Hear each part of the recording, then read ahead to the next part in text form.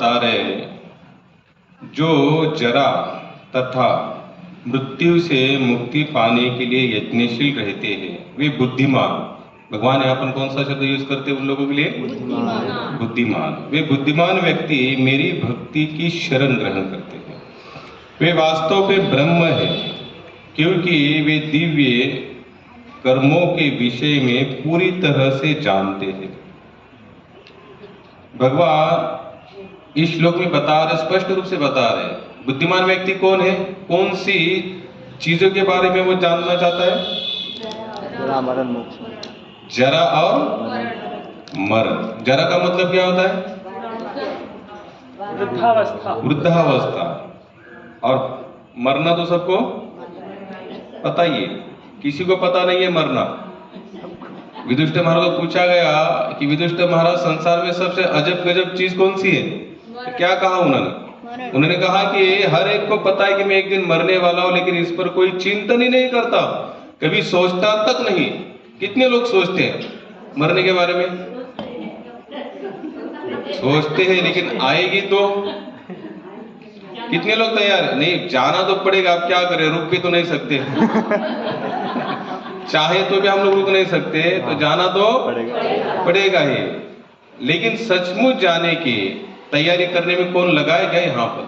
लेकिन भगवान इस श्लोक में यहाँ पर स्पष्ट रूप से बताते हैं जो जन्म, मृत्यु, जरा और व्याधि, इनके बारे में जो चिंतन करता है, विशेष करके जरा और व्याधि, मृत्यु, जरा और बुढ़ापा यहाँ पर कोई नहीं चाहता।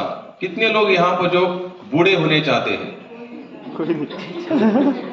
च्यवनप्राश खाओ, आप 60 साल में भी 40 साल से नजर आओगे। आप च्यवनप्राश खाओ, 40 में भी 20 जैसे तंदुरुस्त नजर आएंगे।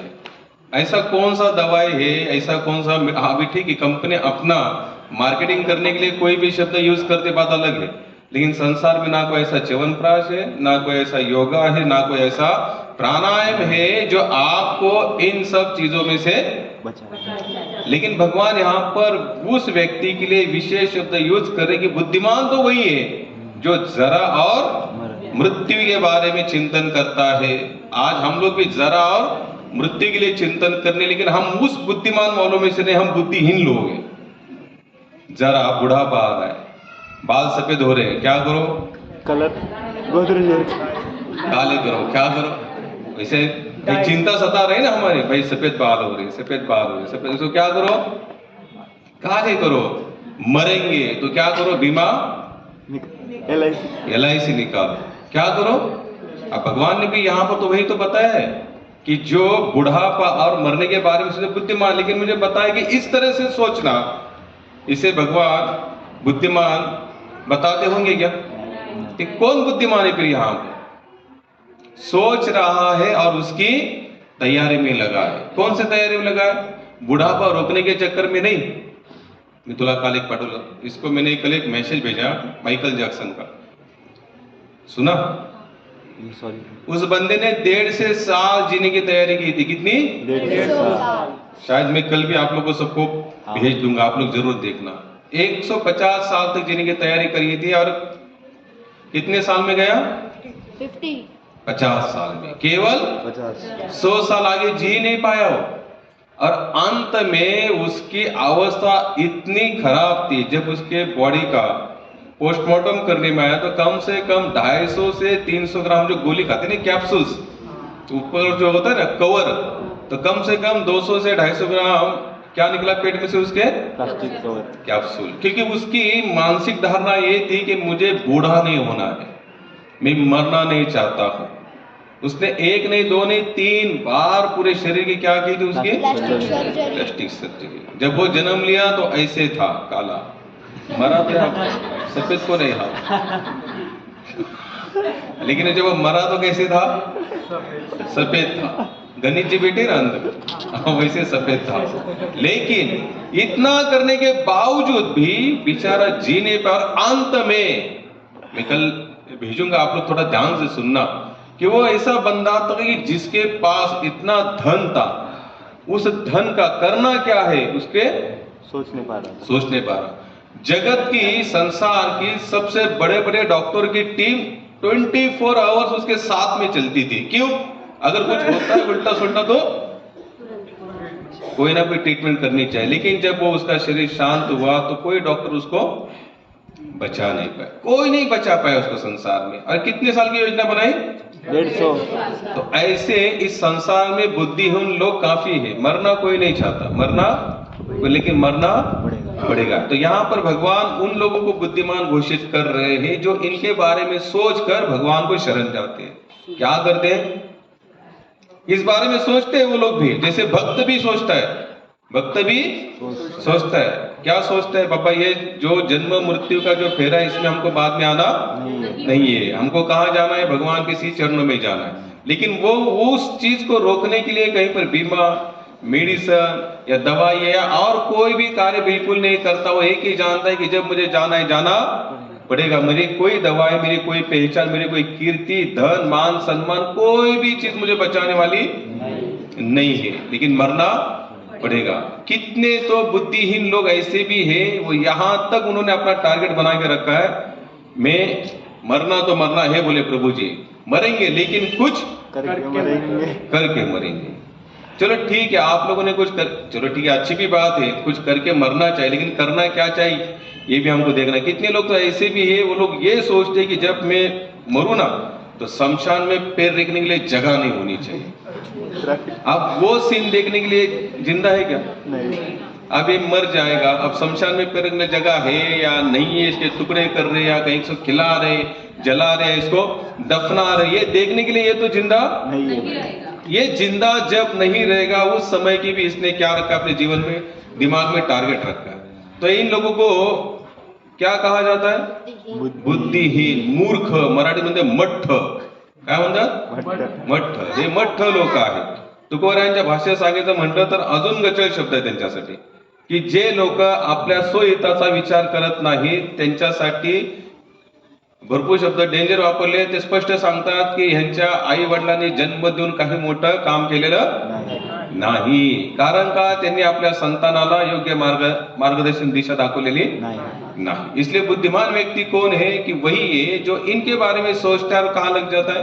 भगवान की सेवा में लग जाता है। वो ज्यादा कुछ विचार नहीं करता। फिर जैसे आप लोगों ने सुना भी होगा, गौतम बुद्ध थे, उनका जन्म लेते ही एक महात्मा ने कहा, देखो भैया, वो राजा की संतान थी। गौतम बुद्ध तो कौन थे? राजा की संतान थी। जन्म लेते ही उनको बताया गया कि ये जिस दिन जन्म मृत्यु जरा व्याधि, संसार के ये 4 फिक्स दुख है। कौन से दुख है? जन्म मृत्यु जरा व्याधि, ये दुख है। ऐसे दुख है कि संसार में कितनी बड़ी योजना बनाए, कितनी भी स्मार्ट सिटी बने, कितनी भी योजनाएं बनाते, लेकिन ये हटने वाले नहीं है क्या पॉसिबल? लोग कहते हैं हमने उन्नति की, प्रगति की, इंसान कहाँ था और इंसान कहाँ जा रहा है। लेकिन कहां से कहां भी आप लोग जाओ, लेकिन इनको आपको फेस करना पड़ेगा। जन्म मृत्यु जरा व्याधि। जब उनको पिताजी को पता चला कि ये लड़का इस संसार के शाश्वत दुख देखेगा, जैसे शाश्वत सुख है वैसे शाश्वत दुख है। अब शाश्वत सुख कौन सा है? मी काय मागं म्हणतो नामदेव महाराजांचा, सुखा लागी तळमळ, सुखा लागी करशी तळमळ, पंढरीसी जा एक वेळ, मग तू अवघाची सुख रूप होसी, जन्म जन्मीचे दुख विसरसी। क्या बताए यहाँ पर? सुखा लागी करसी तळमळ, पंढरीसी जाय केवळ। अब पंढरपुर जाने के बाद क्या होगा? मग तू का मतलब क्या होता है? ये करने के बाद मगच तुम्ही पहिले हे करा, मग तुम्ही ते माझ्याकडे मागा। तुम्ही हे करना, तुम्ही त्याला मागायचा अधिकार नाही। तो नामदेव महाराज यहाँ पर बता रहे, जो एक बार पंढरपुर जाएगा तो मग तो अवघाची सुख रूप होशी। अवघाची का मतलब क्या होता है? पूर्ण, संपूर्ण। और अवघा का ये भी मतलब होता है कि अवघा बस इतना ही है, इससे ज्यादा कुछ होने वाला मग तो अवघाची सुख रूप होशी। और सुख रूप हो जाने के बाद फिर क्या होगा? जन्म जन्मीचे दुख विसरसी। एक जन्म का नहीं, यहां पर उन्होंने क्या बताया? अनेक वचन बताया। जन्म जन्मींचे दुख विसरसी। और जन्म जन्म का दुख कौन सा है? कौन सा है? पुनरपि जननम पुनरपि मनरम पुनरपि जठरे जठरी शयनम। सबसे बड़ा दुख क्या है जन्म जन्म का? वही गर्भ को बस हम लोग क्या करें, थोड़ा सा चेंज कर देते। कभी कीड़ी के गर्भ में जाते, कभी जिराफ, कभी हाथी, कभी कहाँ कहाँ कहाँ कहाँ, लेकिन जाएंगे कहाँ? गर्भ। गर्भ। तो वहां पर किसी को सुख मिलने वाला नहीं है। तो शंकराचार्य बताते फिर क्या करो? भज गोविंदम भज गोविंदम भज गोविंदम मूढ़मते। मूढ़मते का मतलब क्या होता है? बुद्धिमान नहीं। तो क्या होता है?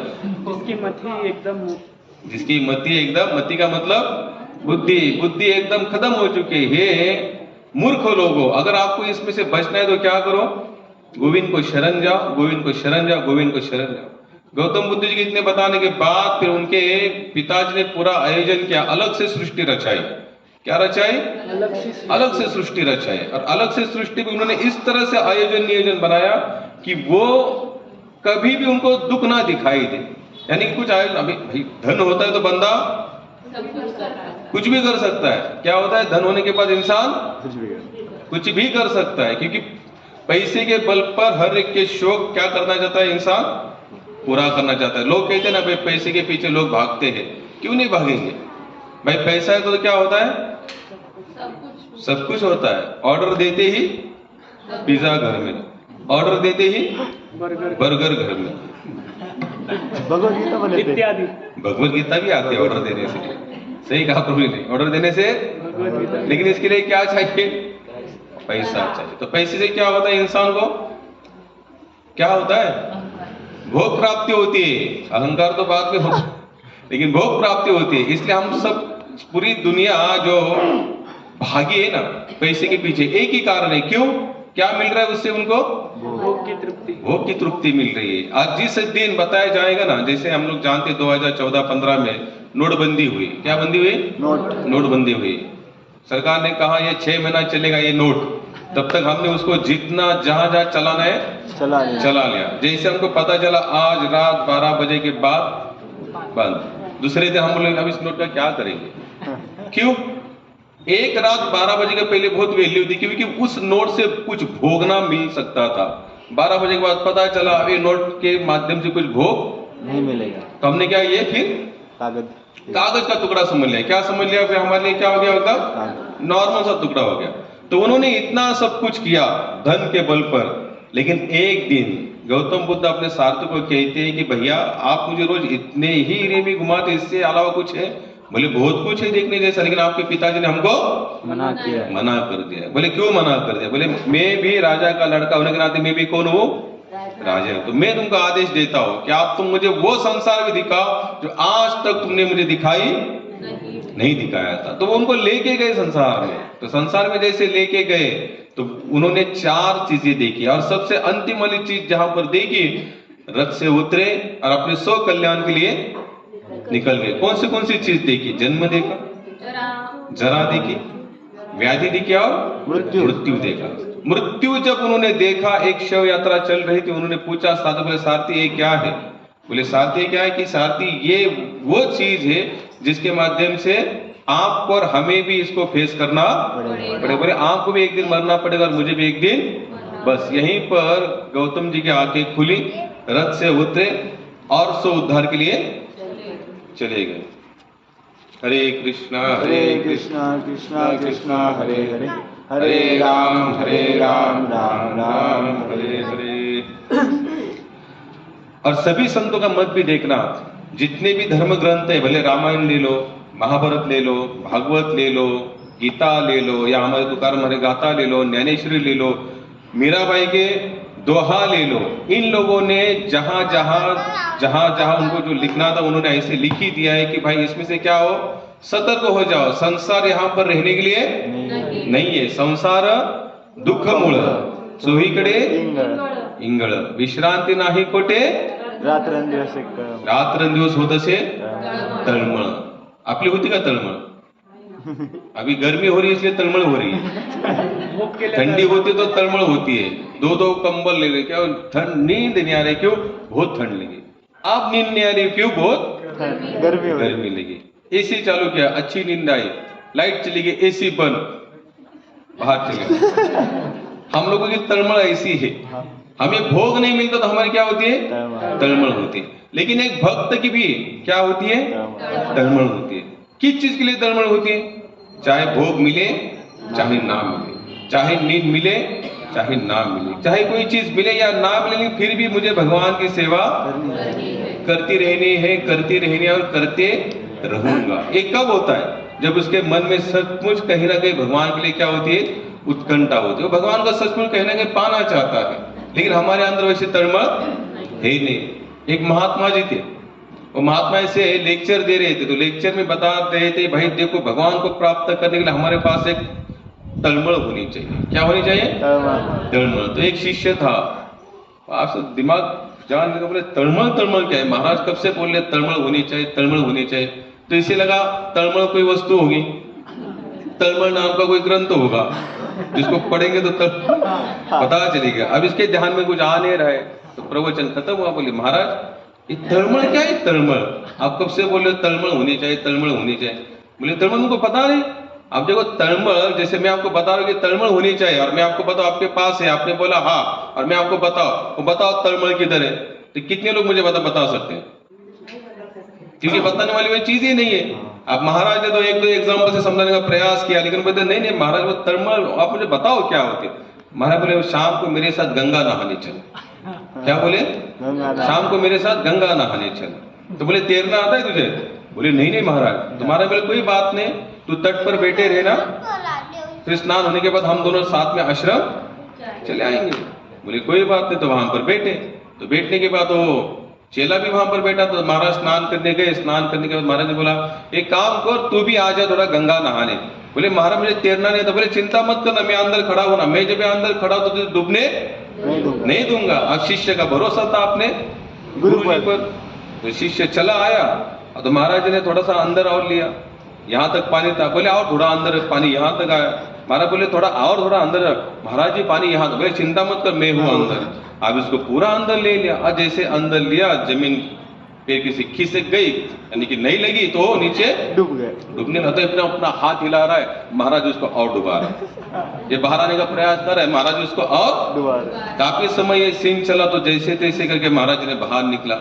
और जैसे उसने महाराज ने उसको बाहर निकाला, इसको भी थोड़ा सा गुस्सा आ रहा था, लेकिन क्या करे, गुरुजी है, गुरुजी कुछ करे तो फिर सही है। तो जैसे आया तो महाराज ने कहा कैसे लगा?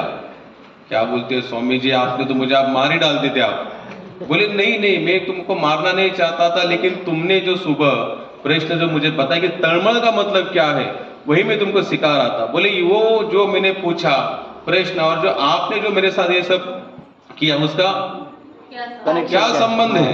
तो बोले हैं कि जब मैं तुम्हें डुबा रहा था, तो जब तुम अपने हाथ पर हिला रहे थे, उससे क्या था? तुमको जीने के लिए क्या कर रहे थे? तुम तड़मड़ कर रहे थे। क्या कर रहे थे? मैं तुमको डुबा रहा हूं और तुम बाहर निकलने के हाथ पर हिला रहे हो। इसका मतलब तुम उस समय क्या कर रहे थे? तड़मड़। बोले वही तड़मड़ भगवान को पाने के लिए, वही उत्कंठा, श्रद्धा, विश्वास, निष्ठा, दृढ़ता, धैर्य, समर्पण, ये सब होता है तो ही जाकर हम लोग इस आध्यात्मिक मार्ग में स्थिर हो पाते। अगर वो नहीं है तो फिर कुछ भी तो नहीं है। यहाँ पर वो नहीं है तो कुछ भी नहीं है। और आप लोग देखना ये संसार में हमसे तब तक ही लगा हुआ रहता है ना, जब तक हमारे पास से कुछ भोगने जैसा होता है। क्या होता है? कुछ भोगना है। जिस दिन हमारा भोग यानी संसार के हम पूरी तरह से हमारा एक्सपायरी डेट खत्म हो जाएगा, तो संसार हमें क्या करेगा? उठाकर रिटायर कर देगा। क्या कर देगा? रिटायर। बोले चलो भाई किसी काम का नहीं, अभी इसको क्या करो? साइड में करो। सरकारी नोकरी में कधी 58 का 60 प्रभू का बरं 58? 48 का नाही ठेवलं? अजून 48 म्हटलं अजून थोडं शरीरामध्ये दम आहे, याचा दम सगळा ओढून घ्या। 58-60 झाला की मग दम लागतो, की रिटायरमेंट घ्या, प्रॉव्हिडंट फंड घ्या, राजीनामा आपलं काय त्याला म्हणतात पेन्शन खा आणि घरीच राहा। आता तुमचे कारण का? क्योंकि अभी शरीर में कुछ बचा नहीं है। इसलिए जो भगवत भक्त होते हैं सभी संसार का कैलकुलेशन जानते हैं। वो जानते हैं कि भैया यहाँ पर ज्यादा हमारा संबंध है नहीं, 4 दिन बचे या जो भी मिले हैं हाथ में, उसमें क्या करो? हरे कृष्णा कृष्णा कृष्णा हरे हरे, हरे राम हरे राम, राम राम हरे हरे, हरे कृष्णा कृष्णा कृष्णा हरे हरे।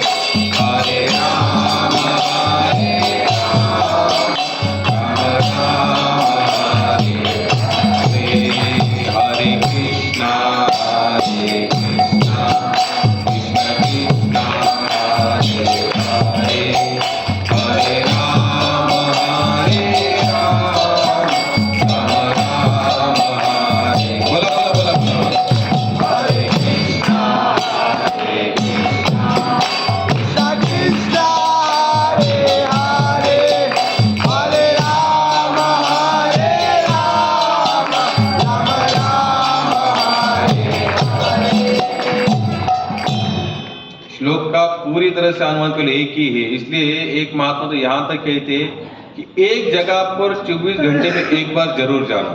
कौन सी जगह पर? स्मशान। शमशान भूमि। क्यों जाना?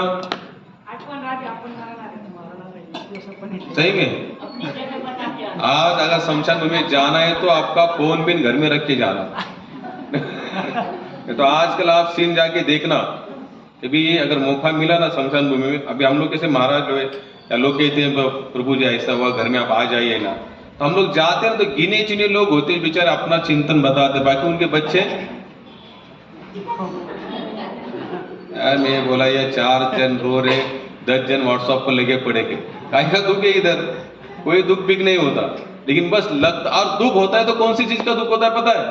ये चला गया, इससे भोग नहीं होगा, इससे अब कुछ मिलने वाला नहीं, या कुछ मिल रहा था अचानक से बंद हो गया। बंद हो गया। पेंशन आ रही थी 70-80 हजार, चली गई, पेंशन भी गई। चली गई।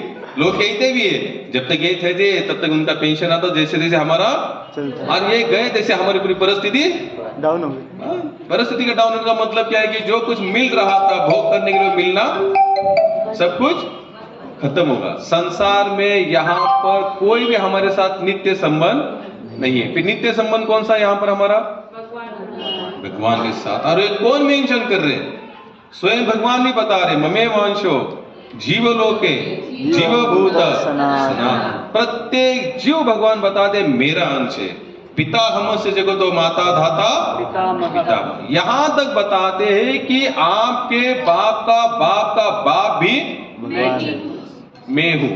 भगवान स्वयं इतना बताने के बाद भी हम लोग क्या है, कंफ्यूज है कि शरण किसको जाना है। भाई भगवान को शरण जाने से भगवान ने नहीं तारा तो कितने लोग के माइंड में ये सब आता है ऐसे, अगर भगवान को शरण जाएंगे और भगवान ने चलो हम लोग शरण जाने का प्रयास कर रहे हैं, अब होता क्या है हम लोगों ने टारगेट कौन सा बना के रखा है पता है? अगर हम लोग कुछ भजन कर रहे हैं या भगवान की सेवा में लगे हुए या मंदिर जाते, सत्संग करते, दान धर्म करते, इसका अनुभव और भगवान की दया इस तरह से अटैचमेंट करते हैं। अगर हम ये सब कर रहे हैं और फिर हमारे जीवन की व्याधि बाधाएं सब खत्म हो जाए तो हमें लगता है कि भगवान की कृपा हम पर बन गई। बन।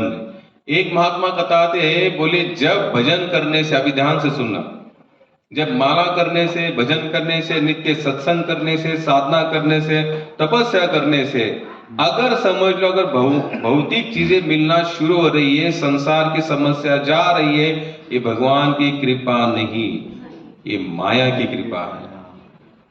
किसकी कृपा है? अलग करने के लिए हमको माया की कृपा है। माया क्या करती है?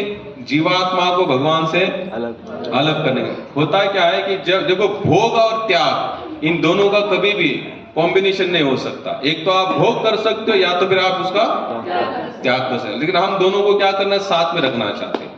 हमें लगता है कि हम थोड़ा भजन करें, समझ लोग कहते हैं कि प्रभु हम भजन करना शुरू कर दे तो हमारे संसार की समस्या, अच्छी बात है, अच्छी बात है, मैं ये नहीं कह रहा हूं कि नहीं जानी चाहिए, लेकिन आप उसको भगवान की कृपा मत मानना।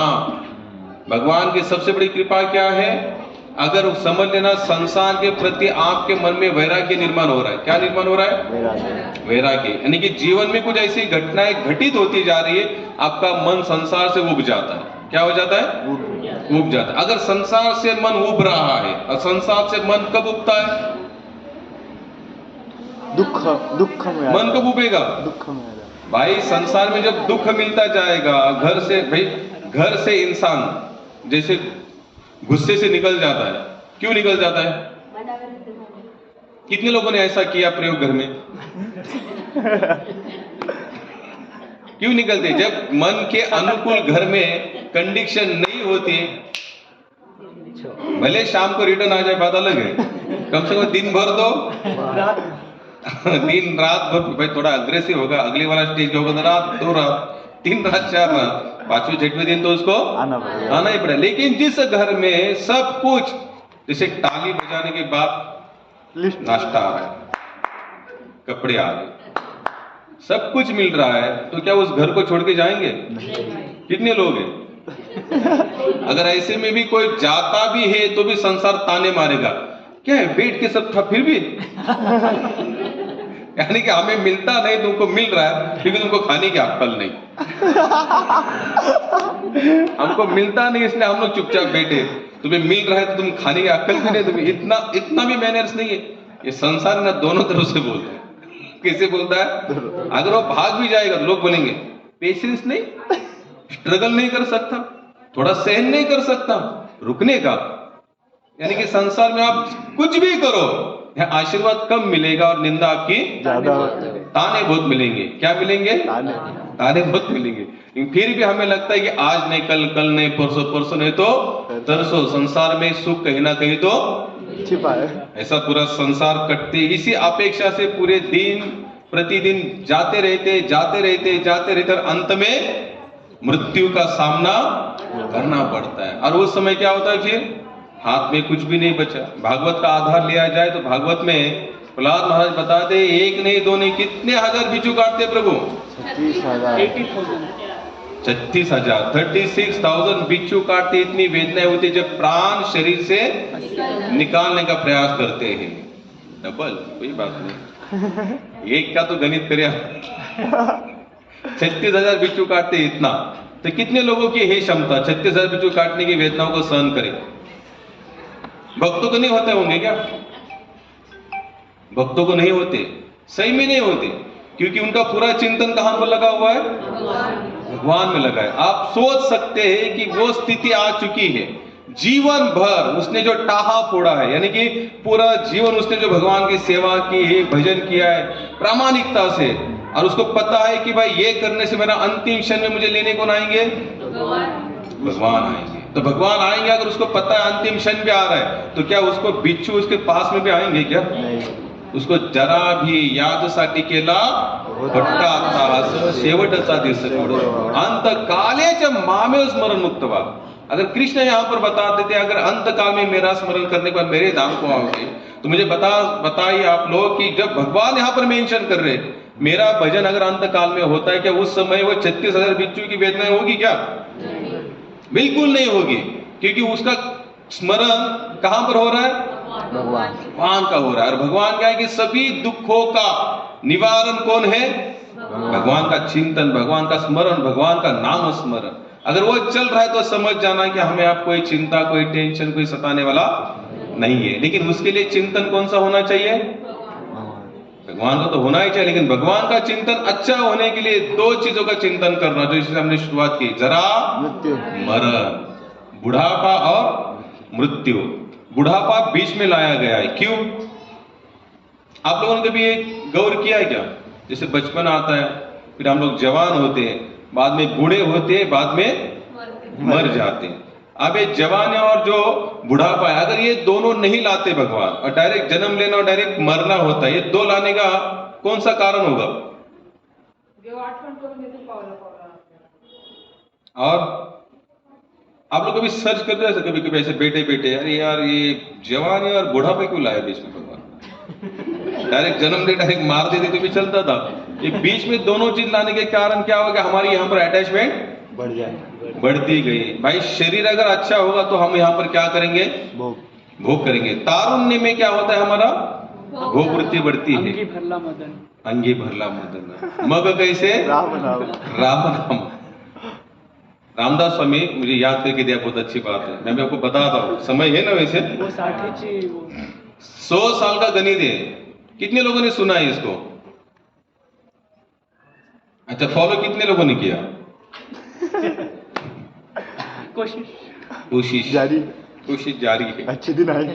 रामदास स्वामी 10 साल से लेके 100 साल तक कैलकुलेशन बताते कि हमारा जीवन कैसे चला जाता है। ऐसे देखते। अच्छा, आप लोग जैसे यहाँ पर जितने बैठे, कोई 20 साल, कोई 25, कोई 50, आप लोग कभी सोचने का प्रयास कीजिए कि 10वें साल से लेके 20 साल तक, 10 साल और 20 साल के बीच में आपको कितनी घटनाएं याद आएगी? सचमुच बताना, कुछ याद नहीं आएगा। और बहुत चिंतन किया तो अगले संडे तक हो सकता है एक आध घटना याद आ जाए। लेकिन वो 10 और 20 साल जब बीत गए तो बीच में 10 साल का समय गया। लेकिन वो समय चले जाने के बाद आज अगर हम सोचना भी चाहेंगे ना, तो भी हम लोग उसको याद भी नहीं कर सकते कि वो दिन कैसे चले गए। तो रामदास स्वामी यहाँ पर बताते हैं 10 साल से लेकर 100 साल तक इंसान की आयु कैसे चली जाती है। सावध सावधान वाचे बोला राम नाम, 10 वर्ष बालपण 20 वर्ष तारुण्य, अंगी भरला मदन मग कैसे राम नाम। शुरुआत क्या कर रहे हैं? सावध सावधान सावधान, 2 बार बताया, क्योंकि उनको सावधान से उनका बहुत अच्छा कनेक्शन था। क्योंकि जैसे सावधान बोले भाग्य निकल गए, लग्न मंडप से भाग गए, लास्ट में बोलते ना सावधान शुभ मंगल शुभ मंगल सावधान सावधान। अब शुभ भी है, जब मंगल जब शुभ भी है, मंगल भी, सावधान किस बात का? डेंजर जब शुभ भी है, जब मंगल भी है, तो सावधान क्यों होना चाहिए? ये बता रहे शुभ मंगल है, दिख रहा है, लेकिन है सभी गृहस्थ हो, नहीं क्यों बोल रहे हो? अपने हाथों से बोल रहे ये सब गलत।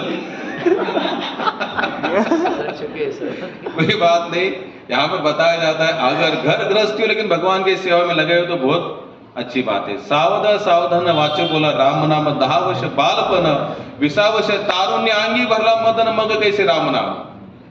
10 साल तक आयु कैसी गई? बच्चों जैसी। खेलने में चली गई। कहाँ चली गई? खेलने में। जैसे 10 साल तक बच्चों को कुछ नहीं पड़ी हो रही थी, घर में कोई मरे, खाने को कुछ हो ना हो, वातावरण जो चाहे हो, लेकिन अपने धुन में मजा। उनका अपना एक अलग से वातावरण होता है। आग लगे बस्ती में, हम तो अपने बस्ती। आग लगे बस्ती में, हम हमारी मस्ती में। और बचपन सचमुच अच्छा होता है, इसलिए काफी संत भी बताते हैं, लहानपण देगा देवा मुंगी साखरेचा रवा, ऐरावती थोर त्यास अंकुशाचा मार। लहानपन क्यों मांगा उन्होंने? 2 कंडीशन में मांगा उन्होंने लहानपन। जैसे अगर बच्चे बन के रहते हो ना, बहुत आनंद आता है। यहाँ पर बच्चे देखिए, अभी यहाँ पर लेक्चर कर रहा है, खेल रहे। आप जन्म की बात करो, व्याधि की बात करो, मृत्यु की बात करो, हमें खेलने दो। आपका जो चलना है हम चिल्लाएंगे, आप भले चुप बैठने के यानी कि गंभीर कितना भी टॉपिक हो, हम लोग खेलेंगे। यानी कि बचपना कहाँ चलेगा? 10 साल खेलने में। आगे बता दे, 20 साल के होते अंगी भरला मदन मग कैसे राम नाम। तारुण्य शरीर में आता है ना, एक जवान, एक जोश अलग से। क्या होता है? जोश।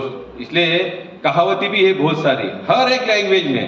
मराठी मध्ये बोलतात, अरे ह्या वयामध्ये दगडा जरी लात मारली तरी तू पाणी काढू शकतोस, मग मारायचे का?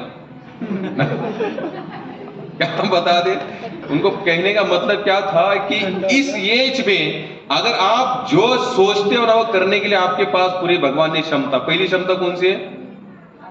आपका शरीर अच्छा दिया है भगवान ने। क्या दिया है? शरीर। तारुण्य में, यानी कि आप उस सोच में वो सोच सकते हो जहां पर 2 लोग बूढ़े जब साइड में होते हैं, लोग क्या कहते हैं?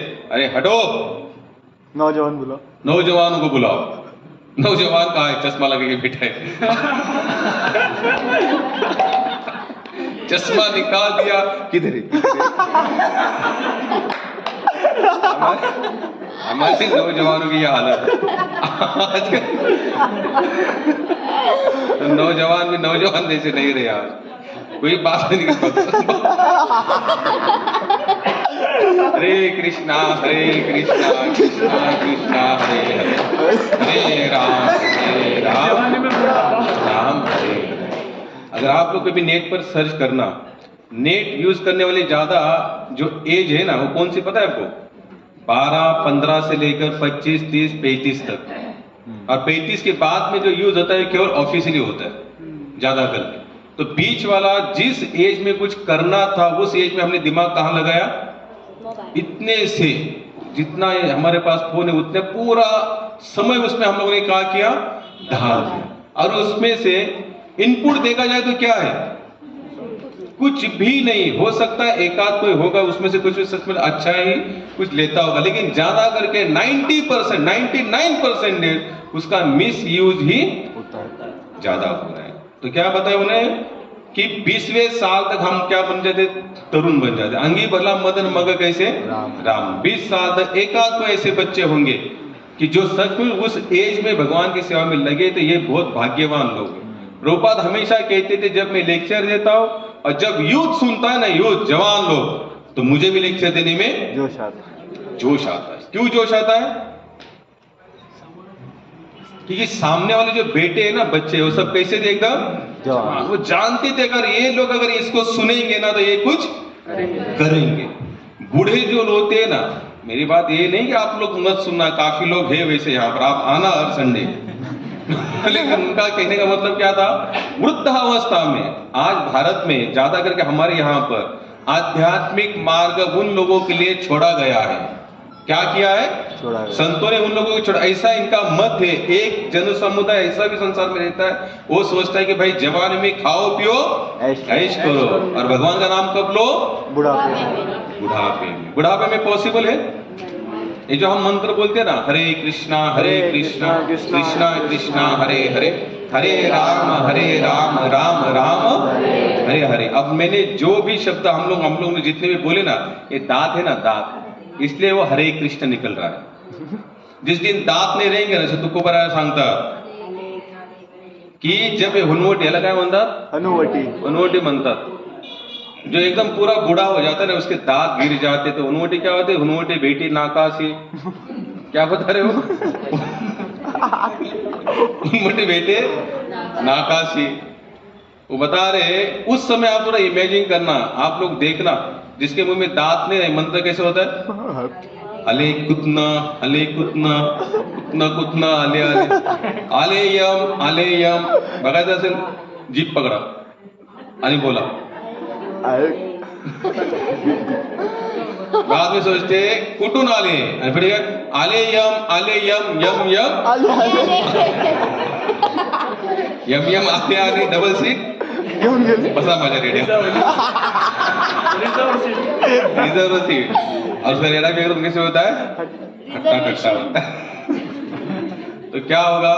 बुढ़ापे की इसकी यहाँ पर किसी की कोई गारंटी नहीं। इसलिए क्या करो, जवानी में जितना भजन कर सकते हो ना, बुढ़ापे में पॉसिबल ही नहीं है। आप लोग इसको लिख के लिखना। प्रहलाद महाराज बताते, कौमारम आचरते भक्त्या, क्या बताया?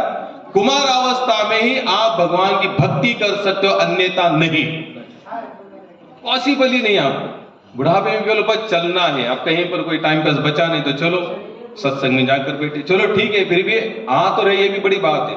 कुछ तो वो भी नहीं आ रहा। आप कभी जाना नारायण बापू नगर चौक में, यहाँ पर शाम को 10, साढ़े 10, 11 बजे तक, कभी मैं रात को आता हूँ, चारों साइड से पहलवान लोग बैठे हुए रहते, पूरा सर्कल है ना। अच्छा। यानी कि व्याधि जरा जितने बूढ़े लोग होते ना, वो पूरे सर्कल में इर्द गिर्द बैठे हुए थे। कितने लोगों ने देखा उसको? तो कभी उनको जाकर करो प्रचार, या बैठे हो, माला धरो, स्टिकर दो उनको, भाई थोड़ा एक आध बार हरे कृष्ण। आप सब लोग बैठे तो क्या करो, बैठकर हरिनाम करो, थोड़ा सा भजन करो। लेकिन वो नहीं करेंगे, वो नहीं करेंगे। क्यों?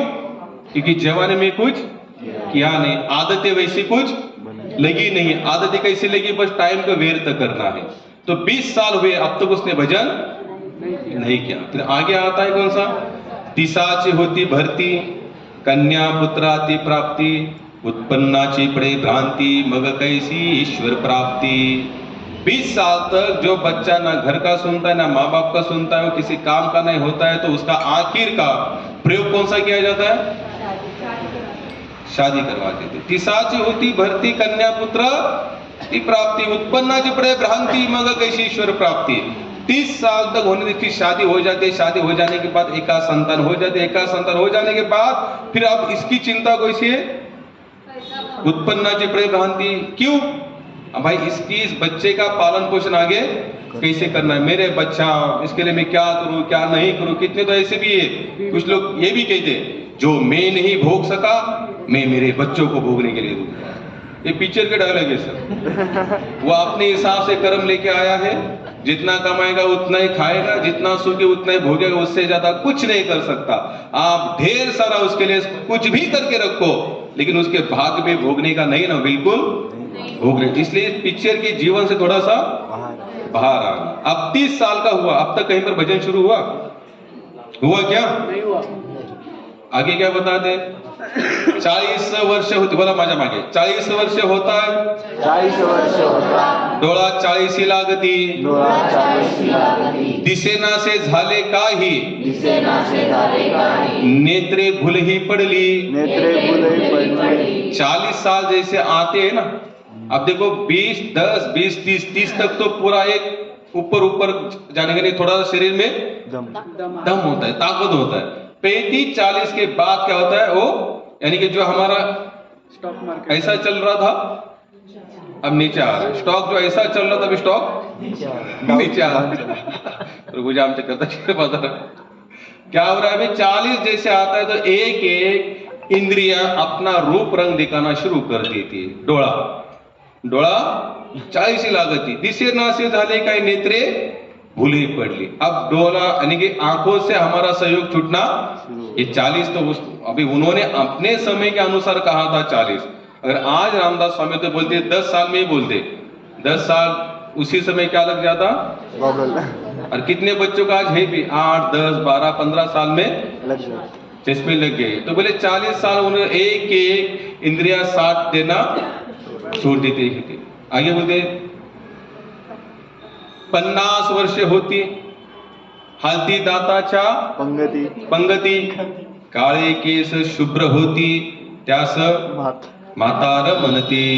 क्या बता रहे 50 वर्ष होती हालती दाताच्या पंगती पंगती, काळे केस शुभ्र होती त्यास भात म्हातारा म्हणते। आज एखाद्याला म्हातारा म्हणून दाखवा तुम्ही तो काय करतो बघा तुम्हाला, तुझा बाप म्हातारा, तुझा खानदान म्हातारा, मी म्हातारा नाही अरे स्वीकार करा ना, जी प्रकृती आपल्याला दिलेली आहे त्याला काय करा, स्वीकार करा। झाले केस पांढरे काय हरकत नाही, त्याला लपवता कशाला आणि कुणापासून लपवणार तुम्ही। आरशात बघितलं तुमचे तुम्हाला काळे दिसतील पण तुमचं मन हे पण सांगेल एक पांढरे मी काळे केले। काय सांगणार जगाला म्हणणार, संसाराला, संसार को भले लग रहा है ये सब काला है, हमें तो पता है ये सफेद है। ये क्या है, ये सब सफेद सफेद है। हलती दाताच्या पंगती, यानी कि एक एक इंद्रिया क्या करती जा रही है, आप साथ छोड़ते जा रही है। आगे बताते साठीची बुद्धी नाटी हाती घेऊन काठी वसा वसा करती कारटी कारटी। अच्छा आप लोग थोड़ा बताना इस लाइन का, थोड़ा दिमाग लगाइए। साठीची बुद्धी बुद्धी नाटी हाती घेऊन काठी काठी वसा वसा करती। कारटी ये कारटी का मतलब कौन है, नातू। कौन है, नातू नातू। 30 साल में ये बाप बन गया, 60 साल में ये दादा बन गया। यानी कि आप कुछ मौका है, इंद्रियां सब छूट रही है, आंखों ने जवाब देना शुरू कर दिया है, दांतों ने जवाब देना शुरू कर दिया है, बालों ने जवाब देना शुरू कर दिया है, तो सामने क्या हुआ, फिर हमारे नाते पोते चले आए, दादाजी दादाजी किधर हो, अजी अजी आजोबा आजोबा। अरे कशाला। स्पष्ट हमारे धर्म ग्रंथों में स्पष्ट रूप से बताते 4 आश्रम है, ब्रह्मचार्य, गृहस्थ, वानप्रस्थ, सन्यास। 25 साल तक हमें क्या रहना है, ब्रह्मचारी 50 साल तक गृहस्थ गृहस्थ, 50 के बाद गृहस्थ, 75 के बाद गृहस्थ, मरते दम तक छूटने का कोई नाम ही नहीं। लेकिन शास्त्र क्या बताते हैं 25 साल तक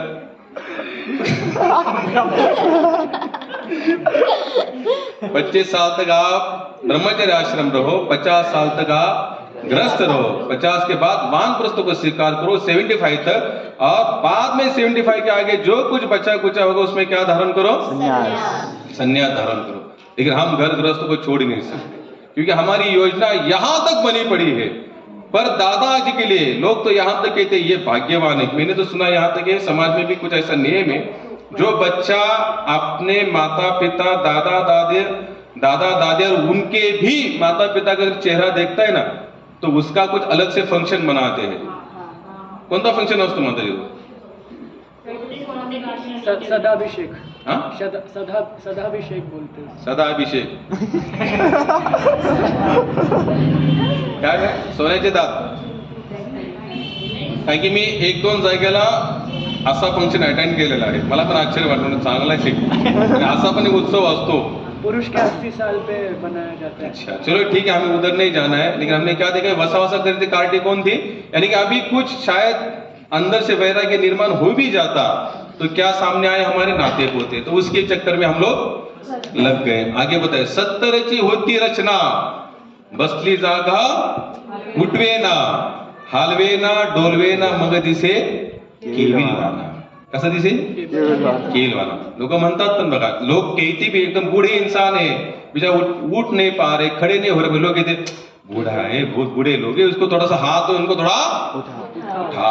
केविलवाना दिसता है. कैसे दिसता है ते? यानी कि दिख कैसे रहे? गरीब दिख रहे, लेकिन 70 रचना यानी कि 70 ची रचना होती, बसते जागा उठवेना हालवेना डोलवेना मग दिसे केविलवाना. अब 70 साल तक भी रामदास स्वामी बता रहे हैं कि अब तक भी भजन शुरू हुआ नहीं है. क्यों? पहले उन्होंने कहा सावधान. वहीं पर हम लोग सावधान नहीं हो पाए तो पूरा जीवन आगे वैसे. फिर आगे बताया 80 वर्ष होती जसा जळावी न मासा. बताते 80 साल हो जाने के बाद ऐसे बिन पानी का जैसी मछली होती है ना, मछली, उसको आप पानी से बाहर निकाल लेना तो क्या होती हो? छटपटाती. क्यों छटपटाती? अब देखो 60 साल में जो इसके पास में थे नाते पोते, 80 साल का ये बंदा हो जाता है तो ये 20-22 साल के हो जाते हैं, फिर ये अपने रास्ते लग जाते हैं. ये बेचारे कैसे बना? अकेला, कुछ दोस्त कोई साथी होंगे तो एक एक साथ छोड़कर चले जाते हैं. आगे अभी ध्यान से सुनना. 90 वर्ष होती बोलविना एक शब्द, दारा पुत्र प्रबुद्ध म्हणतो मरे न का वृद्ध. अब क्या हो रहा है? 90 साल की आयु देखना आप लोग. अगर जो जीता भी होगा 90 साल, अगर उसका शरीर थोड़ा ठीक ठाक होगा, मल मूत्र त्यागने का अगर उसको थोड़ा ध्यान होगा तो वो वहां तक जा सकता है, बाथरूम तक. नहीं तो क्या होता है, वो जगह पर ही. आप लोग देखना, ऐसे लोगों का एक अलग से खास रूम बनाया जाता है घर में, और रूम ऐसे होता है कि वहां की कोई भी हवा इस रूम में नहीं, क्योंकि वो जगह पर मल मूत्र त्यागने के कारण पूरे घर में उसकी क्या होती है? बदबू फैलती है, दुर्गंध फैलती है. तो लोग कहते, आते जाते भी लोग कहते, अरे यार इसके प्राण जाए तो अच्छा, इसके प्राण छूट जाए तो अच्छा है, क्योंकि क्या हो रहा है, एक ही जगह पर मल मूत्र का त्याग कर रहा है.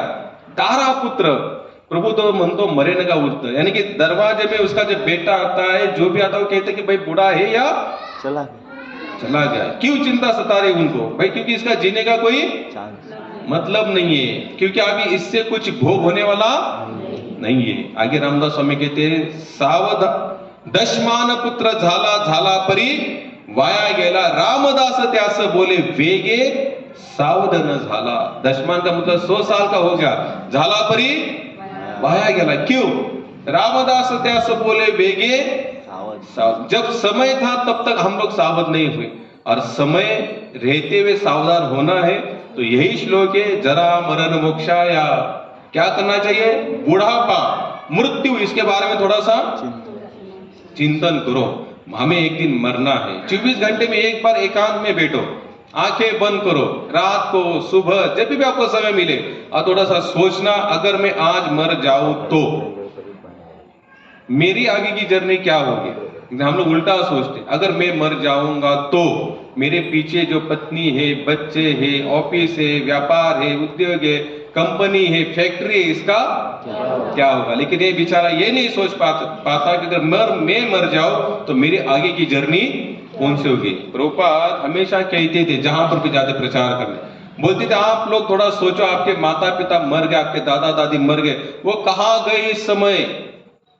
कितने लोग बता सकते कि हमारे माता पिता मर गए हैं. जिनके भी मर गए, जिनके है बहुत अच्छी बात है, लेकिन दादा दादी तो है नहीं, पर दादा तो हमारे है नहीं, वो कहां पर गए आज. कितने लोग बता सकते हैं. अच्छा वो छोड़ो, जानो, मरने दो. हम लोग कहां जाएंगे? कहां जाएंगे कुणाला माहित नाही. गंभीर बात है, हंस के रहे. अजीबात नहीं. जब तक आप देखो, भगवान ने हमको एक बहुत अच्छी संधि दी है, आप लोग डिसाइड करो कि आपको कहां जाना है. भगवान के चरणों में. लेकिन जाएंगे कैसे जाएंगे? बोल दिया बस जाएंगे? करना पड़ेगा, झुकना पड़ेगा, लड़ना पड़ेगा, तपस्या करनी पड़ेगी, भगवान नाम का सहारा लेना पड़ेगा, संतों के साथ में रहना पड़ेगा, तपस्यामय जीवन थोड़ा जीना पड़े. हम लोग तपस्या नहीं चाहते, श्रद्धा नहीं, विश्वास नहीं, समर्पण नहीं, भाव नहीं, भक्ति नहीं, और हम चाहते हैं कि मरने के बाद कहां जाए? वैकुंठ, भगवान के श्री चरणों में जाए. इतना आसान है? देव नव्हे बाजारातील पाला भाजीपाला गेली की त्याला विकत नाही, शक्य नाही. पण तो अवघड पण नाही. अगर तुम्ही विचार केला, ठरवलं तर देव सोप्पा आहे, स्वस्त पण आहे. देवाकडे स्वस्त या जगात काय मागतात भगवंत? पत्रम पुष्पम फलम तोयो मा भक्त्या प्रयच्छति. अब इतना सस्ता भगवान कहीं पर है क्या मांगा यहाँ पर? पत्र, पुष्प, फूल. अरे तीनों चीजों भी नहीं है. इतना भी कोई कंगाल है संसार में तो भगवान ने उसके लिए भी ऑप्शन दिया. क्या दे दो मुझे? पानी दे दो, पानी दे दो, दूध दे दो. पानी दे. वो भी बस एक ही यहाँ पर भगवान ने ये बात बताई, भक्त्या, यानी कि भाव से, भक्ति से मुझे क्या करो? अर्पण करो. तो इतना सस्ता भगवान है माना जाए तो. नहीं तो फिर ये महंगा भी उतना ही है. महंगा कैसे महंगा है? जैसे हमको सुबह उठना पड़ेगा ये सब करने के लिए, हम लोग उठ नहीं सकते. तो यहाँ पर हमको लगता है भगवान बहुत महंगे. अरे यार ये प्रभु जी हमेशा बोलते सुबह 4 बजे उठो, हमसे नहीं हो पाता, फिर भी ये हमें बताते रहते. फिर कहते कि प्याज लहसुन छोड़ो मत खाओ, फिर भी बिना खाए हम लोग रहते रहते रहे. चाय कॉफी अब तो हद कर दी इन्होंने, बोलते कि चाय कॉफी भी मत पियो. यहां तक हम लोग कुछ त्यागना नहीं चाहते और डायरेक्ट भगवान को पाना चाहते. संभव नहीं है, याद रखना. तो काम मने येते लागेतील जातीचे हे काम नव्हे वेड्या लोकांचे. जाति का मतलब क्या है? जिसने अपने मन पर पूरी तरह से कंट्रोल पा लिया. मुझे ये नहीं करना है तो मैं आज से नहीं करूंगा. बस ऐसे लोगों के लिए ये भगवान भी सस्ता है और मार्ग भी एकदम सरल है, 4 लेन जैसा. यहाँ पर कोई ट्रॉफिक नहीं है. लेकिन जो कोई कुछ नहीं करना चाहता उसके लिए बहुत विकट है. आप लोग देखना, जो कोई कुछ करना नहीं चाहता ना, उनके पास जाकर जरा बैठना. ऐसे ऐसे रीजन दे कि हम लोग सोचते रह जाएंगे, और बाप रे ऐसे भी रीजन है क्या इनके पास. लेकिन जो करना चाहता है ना, उसका कोई रीजन नहीं. वो एक ही जानता है कि मुझे बस करना है, भगवान मेरे हैं और मैं भगवान का हूं, मेरा भगवान का नित्य संबंध है, मेरा जन्म ही हो चुका है कल भगवान को समर्पण होने के लिए. दूसरा मेरा कोई टारगेट नहीं है. इसलिए करना क्या है? बुढ़ापा और मृत्यु के बारे में रोज सोचना. कितने लोग सोचेंगे अभी कल से? क्या करेंगे? सोचते हैं. सोचने का मतलब क्या करें? क्या और दुखी हो गए.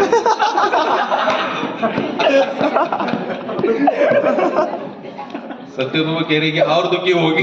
मरेंगे मरेंगे, दुखी नहीं, मरेंगे तो मरेंगे, कोई बात नहीं, लेकिन भगवान की सेवा करके मरेंगे. भगवान श्री कृष्ण अर्जुन को कहते, अर्जुन तुम मर भी जाओ तो भी चलेगा, लेकिन युद्ध कर, मेरे कहने से कर, लेकिन अपना गांडू नीचे मत रख, लड़ाई से दूर मत भाग, करो लड़ो. यहाँ पर लड़ने से भगवान हमारी जीत ही जीत है, इसमें नो डाउट है. क्योंकि भगवान श्री कृष्ण अर्जुन को क्या बताते हैं? अगर तुम मर भी जाते हो ना युद्ध करते समय, तो ई लोग चला भी जाएगा, लेकिन परलोक मिल जाएगा. और जीत जाते हो तो यही लोग और परलोक दोनों सुधरने वाले हैं. यानी कि इस मार्ग में लॉस कहीं पर नहीं. हरे कृष्णा. किसी का कोई प्रश्न? हाँ हाँ बोलो. प्रश्न नहीं है, 2 कमेंट है. जरूर. मुझे याद आया, मेरे को एक डिवोटी ने, अभी आपने बताया 10-10 साल का बताया, और मौत के दम तक वो भक्ति नहीं करते. एक बंगाल के एक भक्त है, उन्होंने ये मुझे बताया था, ब्रह्मचारी है. वो एक दिन ऐसे ही रास्ते से जा रहे थे और अचानक से एक बूढ़े माता जी थे, उनको फिट्स आने लग गए. फिट्स या हार्ट का दौरा आ गया और वो नीचे गिर गए. सब लोग उनके पास आए मदद करने के लिए, और जस्ट मरने ही वाले हैं, सबको पता है जाने वाले हैं. ये उनके पास जाते हैं ब्रह्मचारी होते हुए, भक्त होते हुए, उनको कहते हैं, ए माता जी कम से कम हरे कृष्ण कृष्ण कृष्ण हरे हरे, हरे राम राम राम हरे हरे कृष्णा बोल दो. तो वो बोलते नहीं है, मुझे बचाओ ऐसे मांगते रहते. उसके बाद वो फिर से उनके पास जाते, बोल एक बार हरे कृष्णा मात्र बोल दो आप. तो वो नहीं बोलते. फिर वो तीसरी बार जब बोलते ना, वो जो बूढ़े औरत है ना, वो बोलते, इतना लंबा नाम कैसे ले सकती हूँ मैं, ये पूरा वाक्य बोलते हैं. लेकिन हरे कृष्ण मंत्र ने. हाँ, और फिर उनका वहाँ पे देहांत हो जाता है. तो उनको बहुत बुरा लगता है कि इन्होंने एक पूरा वाक्य बोला कि मैं ये नहीं कैसे बोल सकती इतना बड़ा, लेकिन महामंत्र नहीं. वही दुर्भाग्यशाली लोग ऐसे भी होते हैं. और दूसरा, भगवत गीता में भगवान कहते हैं ना, जन्म मृत्यु जरा व्याधि दुख दोषानुदर्शनम. तो अपने दुनिया में भी अलग अलग जगहों, अलग अलग चीज़ों के लिए अलग अलग आलय है. पुस्तकों के लिए पुस्तकालय है ना. तो वैसे ही जन्म मृत्यु जरा व्याधि के लिए भी ये जगत में एक ऐसा म्यूजियम है, दर्शनालय, जो हम देख सकते हैं। मैं पर्सनली जब भी वो जगह देखता हूँ मैं बोलता हूँ जन्म मृत्यु जरा व्याधि दुख दोष दर्शनालय ये है। हाँ, तो सही वो है। है हॉस्पिटल। आपने बोला मरघट जा सकते हैं, मरघट तो जा ही सकते हैं, आप हॉस्पिटल भी जाओ, मरघट में सिर्फ मौत दिखेगा, हॉस्पिटल में जन्म भी दिखता है, मृत्यु भी दिखता है, जरा भी दिखता है और व्याधि भी दिखता है। तो वही सही है, सही। अच्छा उन्होंने कहा प्रभु जी ने, और सही हकीकत है। वो बूढ़ी औरत वो महामंत्र जितना बोलना था उतने ही वाक्य में उसने दूसरे और वाक्य बोले कि महामंत्र बोल नहीं पाई। क्यों? क्योंकि अभ्यास ही नहीं था उसने। कभी उसने ना सत्संग किया, ना भजन में लगी, ना कहीं पर लगी। अगर वो लगती तो जरूर अंत समय में भजन करती। एक जगह में यहाँ पर बताऊंगा, अभी काफी लोग कहते हैं कि भाई अंत समय में हमारी स्मृति क्या होती है, स्मृति खत्म हो जाती है, फिर भगवान का नाम कैसे लेंगे। तो एक महात्मा बताते हैं, शास्त्र का आधार लेके बताते, ऐसी जगह पर भगवान ने एक जगह बताते कि ऐसे भक्त का चिंतन मैं करता हूं। क्या बोलते भगवान? जिसने पूरा जीवन मेरा चिंतन, मैं पूरा जीवन लगा दिया है, अगर अंतिम क्षण में अगर शरीर की कंडीशन कुछ खराब है तो उसका चिंतन मैं करता हूं, लेकिन मैं अपने उसको धाम को लेकर जाता हूं। क्योंकि भगवान जैसे भक्त पागल होता है ना, भगवान को मिलने से भगवान भी पागल होते हैं एक भक्त को मिलने के लिए। हरे कृष्णा।